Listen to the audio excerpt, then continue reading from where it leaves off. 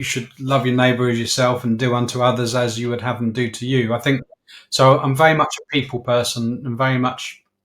I mean, today that would, I guess, transpire to ensuring that our products are safe, um, that our customer service is exceptional, and that we always give people the benefit of the doubt and bend over backwards to fix problems when they go wrong.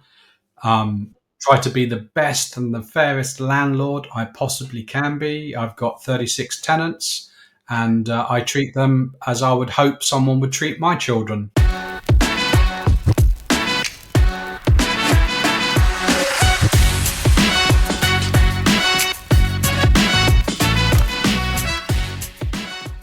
We literally took an 80% pay cut to go and work for the church, and I had 4 young kids and a big mortgage and a wife with expensive taste. So it was a scary time, but we saw incredible provision from God, really, Yeah.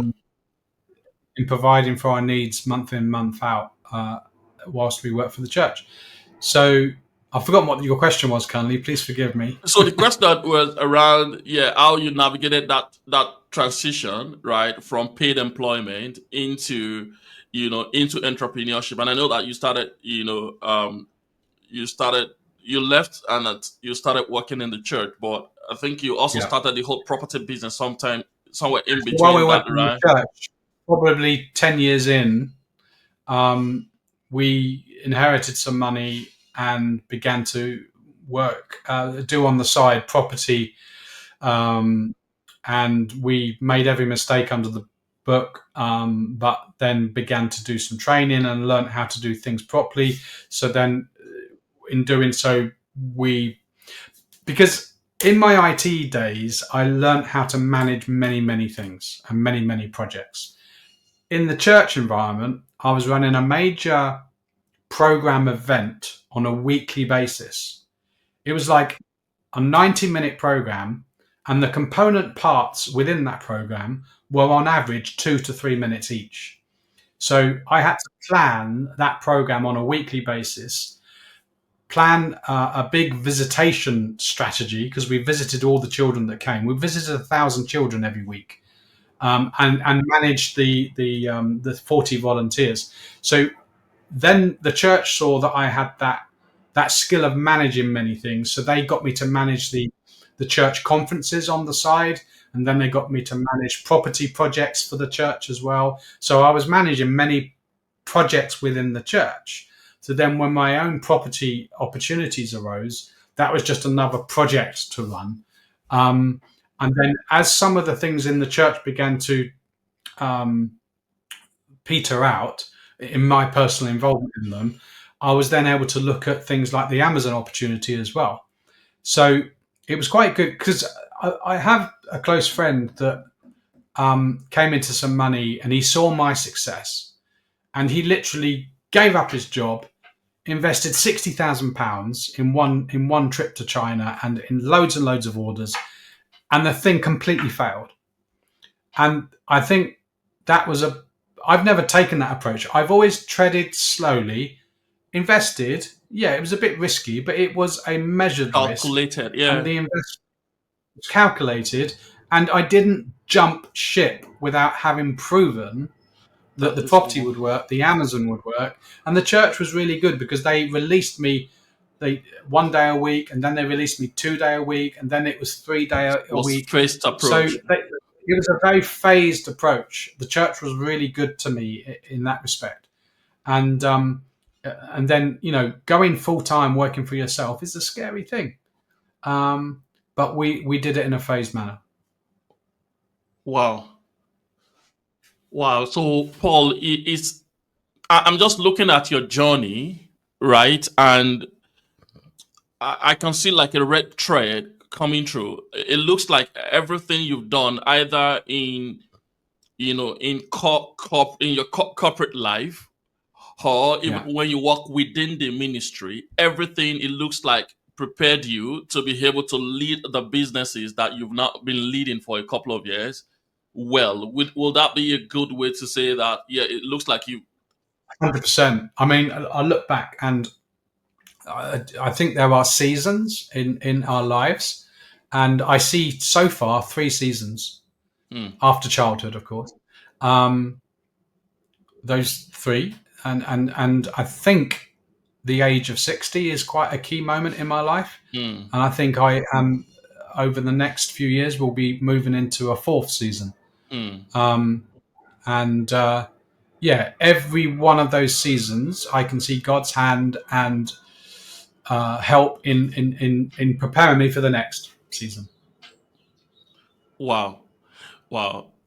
So this is so loaded. So let me slow down a little bit. So thank It was you. literally 20 to 40, and then 40 to 60. Um, yeah, And I'm sure that you only connected that dot or those dots looking backward, right? When you were in corporate life, you just wanted to be the best at it. And when you began to feel that sense of dissatisfaction, you started thinking about your exit. And then you exited into the ministry and then back into the business. It's like you have like three lives in one so far. Maybe you're going into the fourth one now. Who can tell? Who can tell? but in Wow. all of it, I've tried to put God first, and Mm-hmm. so in my IT days, that was very much, I was always involved in children's ministry Mm. whilst working as in software. Um, and then obviously working full time in ministry was a key thing for me.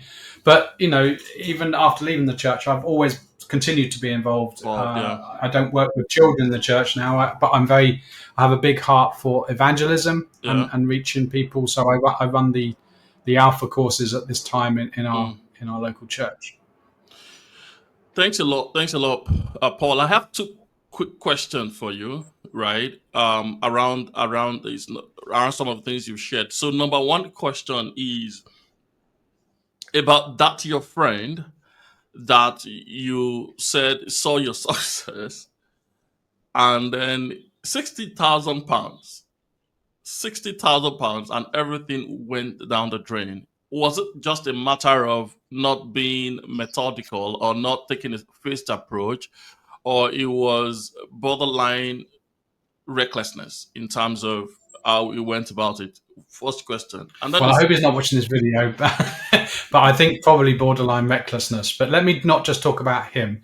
Let me talk about the fact that after a few years of the Amazon success, yeah, I formed a small group in my church and invited 10 people into weekly small group where we wow, would learn about Amazon together. yeah, And in that group were people that are very successful in other walks of life. They're not stupid, they were clever, smart people. mm, And out of those 10, only one succeeded. mm, Um, so I think just because you see someone else succeed doesn't necessarily mean that you can replicate that yeah, yourself. I think,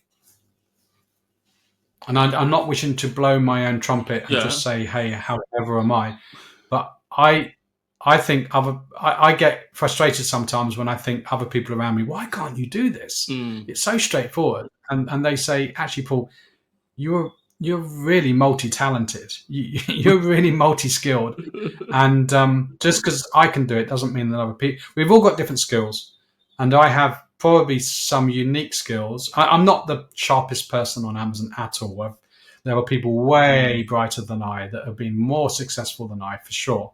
But I do know how to do all sorts of multiple tasks, and yeah. So I was really surprised going back to the 10 people and only one was successful. Really shocked. And they were bamboozled by so much that I was trying to teach them that I had been taught. And Yeah, the person that spent 60K, they were, I would say, that was reckless as well. Giving up your job, spending so much money without having proven. They didn't have a clue about data and marketing and shipping and forecasting and yeah. So it just went wrong on so many levels. Thanks a lot, Paul. I still have that second question coming, but if I want to distill this just to bring it a little hope for our viewers, it will be that number one, before you even invest anything or before you take either a phased approach or a reckless approach, right? First of all, be sure that you have the skill set you have the personality, right, and the skill set for this type of business, right? Because some things are just not meant for some people, right? They don't just have the patience, they don't have the aptitude. It's not their thing. They are brilliant in other things, but on this particular thing, Yeah, it's not. So, absolutely, and they're not to be belittled either. mm, Um, People in the care profession, in education, in the health industry, they're fantastic people that yeah, do brilliant things. But you've got to find out what it is that you are good at yeah, and focus on that. yeah. Yeah, I guess that's the key take home from that to say that that the fact that somebody is doing it and is working for them does not mean you're wired for it, right? Just be sure that before you try to replicate their success, that be sure that you have that wiring for it. Um, Yeah, Thanks, and then we can now start having conversations around taking a phased approach and stuff like that, or So the other question, thanks a lot, Paul, for that. The other question I want to ask you would be around your perspectives around credibility, reputation. Apparently, in your journey, over the last 40 years, you've dealt with a lot of not just partners, you've dealt with clients, you've dealt with customers, you've dealt with all sort of people, right? And what role, how important would you say reputation, credibility, and stuff like that play in, sustainably driving business growth or growing your network? I think in all walks of life, you you know you, you should love your neighbour as yourself and do unto others as you would have them do to you. I think so. I'm very much a people person, and very much. I mean, today that would, I guess, transpire to ensuring that our products are safe, um, that our customer service is exceptional, and that we always give people the benefit of the doubt and bend over backwards to fix problems when they go wrong. Try to be the best and the fairest landlord I possibly can be. I've got 36 tenants, and I treat them as I would hope someone would treat my children who are renting. So people that sign a contract with me and then fall on bad times and they need to exit that contract, many landlords out there would really screw them for 6 months rental and they can't afford it. And I will just work with them and help them. I had someone this week who's just moved from South Africa, just been in the house for 3 weeks. They've been working and they've just got their paycheck at the end of April. So, yeah, and it wasn't enough to pay for May. So we've just worked out a plan. And so, yeah, but that's every aspect of life. You just try to help people. And I believe that even that training course that I did for 10 people in the church is because I wanted to help them. I wanted other people to have the opportunity. So, yeah, I think really trying, and that's what I've learned in the Amazon masterminds and dealing with these mentors and other people around the world. There's a desire to help one another. And it doesn't necessarily always mean that financially you're going to get paid. Well, you're not going to get paid at all for that financial help, but you want to help people, Mm, and you know that it will return to you. It will come back. one way or the other, yeah. So yeah, so yeah, I've invested a lot in other people, and other people invested in me, and that's great. Thanks a lot. I guess the entrepreneurship journey is, I guess we continue to learn, right? Because it seems like there is not like one single formula to success. We just have to find a way to get the different principles, right? And kind of find ways to localize them in our own personal journey and then go from there. Now, Paul, I'm just wondering if I go back to the conversation around 4-day week, time on the beach, pina colada, and all of that.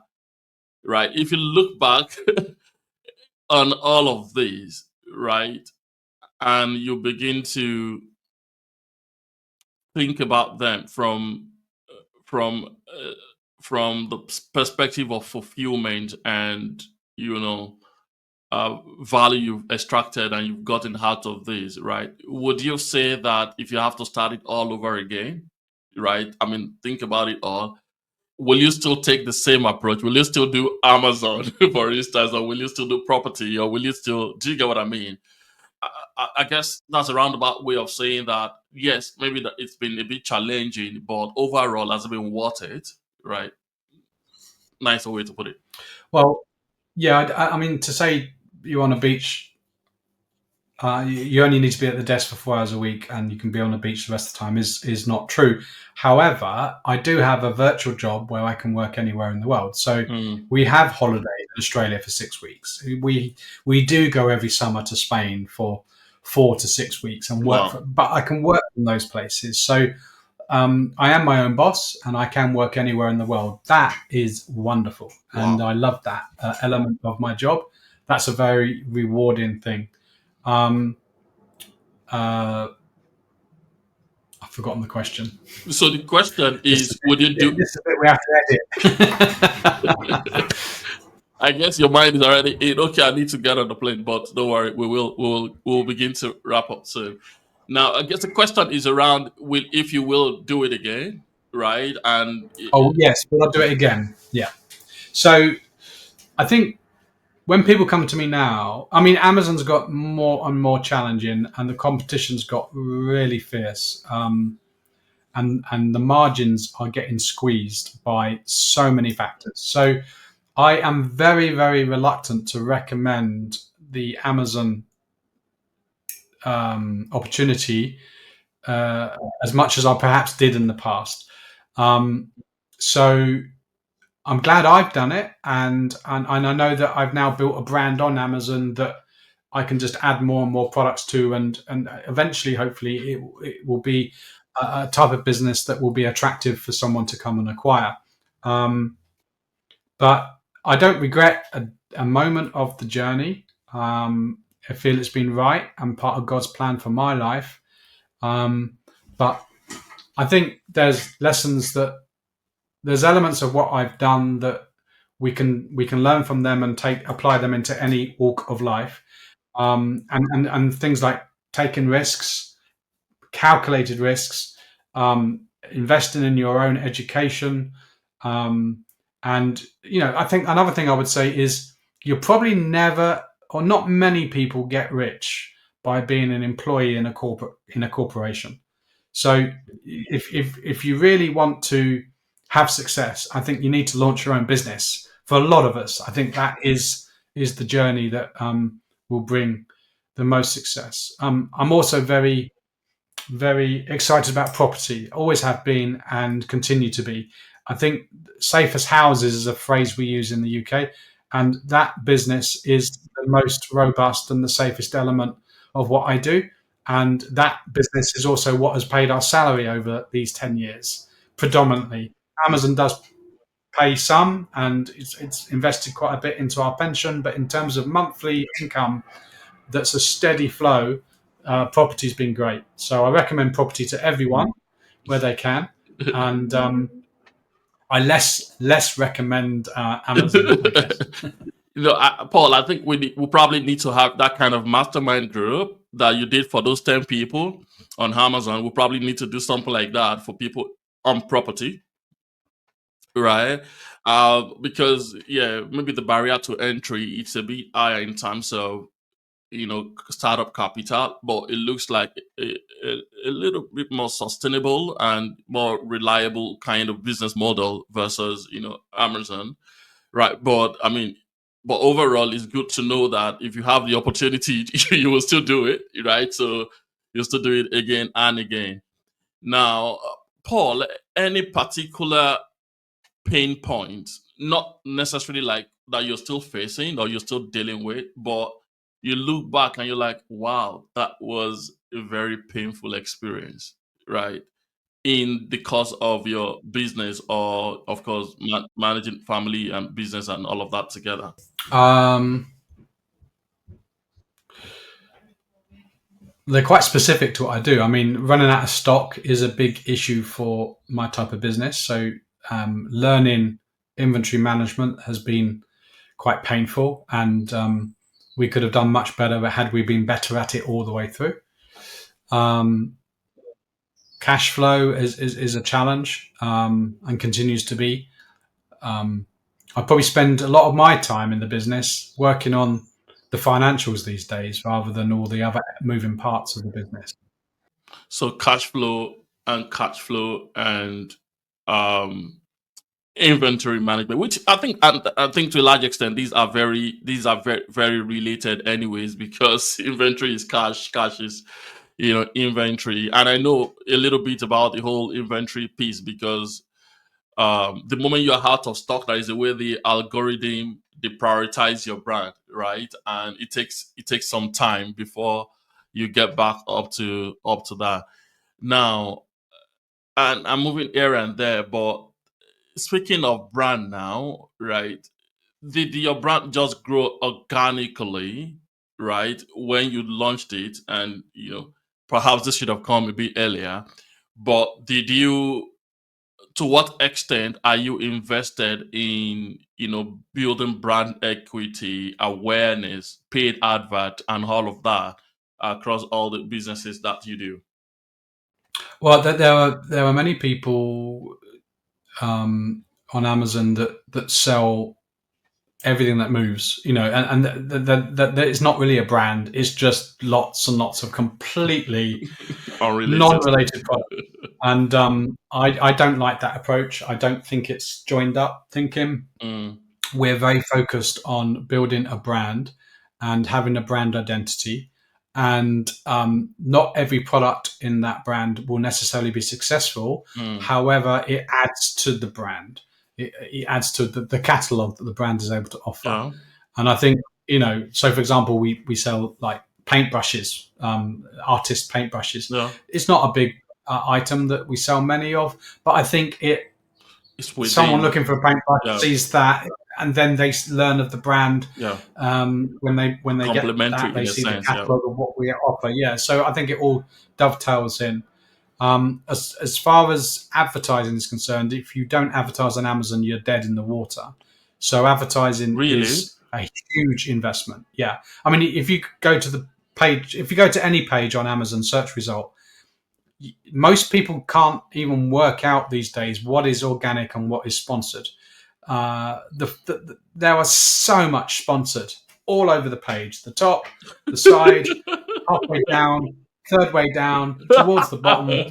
Sponsored, sponsored, sponsored. It's called pay to play, and if you're not paying to play, you do not play. Um, so Wow. you want to be organically. In the past, it was really important to be in organic position 1 to 5. Mm-hmm. Whereas these days, yeah, you still want to be there, but um, you won't stay there if you're not also doing heavy, heavy advertising investment. Um, the challenge is to ensure that the spend on advertising is, well. My current goal is 15%. Mm. Um, Whereas last year we were hovering around 20, 21%, and it's too much. That's Wow. too much hit on your bottom line. Mm. Um, so yeah, that's quite complex algorithms and software and Mm. management, to be honest. Um, that I've now outsourced because it's just too big. Yeah. And I've outsourced probably for the last 5 years, and it's been painful because they've still not done necessarily a good job. I Mm. think I've now found a new partner that's doing a very good job. On how to So manage the advertising part of the advertising to part get of. it to what we call a 15% TACOS, true advertising cost of sale. Yeah. Wow. Wow. Wow. If you don't advertise, you're dead. Hmm. That's an interesting one. And is that applicable to your property business? Do you do that for your property business? You or that basically just grow on its own? No, no, that's a very different model. There's a piece of software called Spare Room, a platform that Yeah. is a piece of cake. It just, I think I pay. Advertising, well, to use that software Mm-hmm. cost me £200 a year, Wow. like 0.5%. Well, not even that. No, minuscule percentage. Whereas on Amazon, it's 15% is the Wow. goal. Wow. Yeah, a Wow. completely different model. I get it. So, Paul, I think given our time, it's just about five, right? And I don't want to push the lock towards the quarter past five. I know you've given us a little bit of latitude on that, but I want to kind of begin to bring this to a close, right? And I guess the final question I would like to ask you, or better still, maybe two questions, will be number one. How you mentioned something around the earlier time of your career when you had to do a lot of traveling and how that impacted your availability, especially for family, right? And been married for a very long time, and your kids are doing great and all of that. I just want to if you can say a word or two to entrepreneurs just starting out, and career people also, on how you've managed to strike that balance over the years, because you took some serious decisions so that you can be a bit more available, right? So if there is a way they can better strike that balance on one hand, and then if you have a particular set of advice for new business people just starting out, that will be the final question. Yeah, I mean, family is the most important thing, and if all you're doing is chasing after money and working all the hours that God gives, I mean, the seventh day of rest, I think, is a key thing to do as well. So for me, there is always stuff to do on Amazon. I try to finish work at between 5, 6 o'clock in the evening. I could go on to midnight easily, but I choose not to because just that discipline I think is really important. Um, and I also try to avoid work mostly on the whole of Saturday and Sunday, so I get 2 days proper rest per week as well. But I think the whole thing, God even rested on the seventh day. I think it's crucial to have one day of rest every single week where you just completely cut out. But that's just your rest. But you as a parent and investment in your children and time with your family is crucial. It's just so important and always been a big priority of mine. Um, and when I was literally, my wife was busy dealing with them in the morning and then putting them to bed before I got in at night time. That went on for too many years and it was not good and it needed to change. So I'm glad that we did make that change. The children were probably around the age of about 5 to 7 when we took that change. Um, so through the majority of the childhood, they had me How do you around a lot more. Yeah. that's very helpful. I mean, so those very clear tips, and managing weekends, not working beyond a certain time. The work never finishes, so we have to learn to just So thanks a lot for sharing that. So on Having to said that, one more thing I would say on that. Of course, there are always projects where you do need to burn the midnight oil. That will occur from time to time, and hopefully your family will be completely understanding of that. mm, You just need to make sure that's not the norm. yeah, yeah, Yeah, yeah. Very good caveat. Very good caveat for that, because yes, that happens from time to time. Either in our personal businesses or in career, there will be times that we need to go over and above once in a while and do the extra. So thanks a lot for sharing yeah. that. So Paul, what would your final words be for number one sense of advice for new people who are starting out in life, in business, in career, and all of that? Because you've been everywhere, right? You've been a minister, full time. You've been a career person full time. Now you're you're a mix of all, right? So what would your advice be, right? And see it like this: like, if I'm speaking to the younger version of myself, right? What advice would you have for yourself, right? Because I'm sure a lot of our viewers can find themselves in your younger version, right? And then if you have any final words, we will draw the curtain. I guess if you hate your work, you're in the wrong job. So it needs to be something that you enjoy and that there's a joy in going to work. I think that's really important. Um, So there needs to be joy. You also need to, I think, to really get on, you need to uh, change, regularly change. I mean, I remember when we first got married, we changed house every 1 month, every year or two. We were changing houses initially. Same in the career. You don't just stay in the one job. Stay there until you've learnt enough, then to move to the next company where you can learn more skills and different ways of doing things. That will broaden your experience. Um, and then in working for yourself, which I think is, personally, I think that's the ultimate aim for most of us. I know you can be mega successful in corporation. You know, some people are really successful in corporate jobs, but I think on the whole, most of us are really will only make true success by working for ourselves. And so look for opportunities and ideas and business ideas where see opportunities that you can begin to move into, but don't jump ship straight away. Prove it first, and then once it's proven, then gradually move into that. So take risks as well. Um, uh, don't be too risk adverse, because if you take no risk, I don't think you'll succeed. You've got to put your money where your mouth is and invest in education and invest in the business that you're going to move into. Wow, wow, wow! That's a masterclass of its own, right? A quick a quick masterclass that you just delivered to our viewers. Paul, once again, thank you so much for coming on the podcast and for all that you've shared in the last 75 to 80 minutes, right?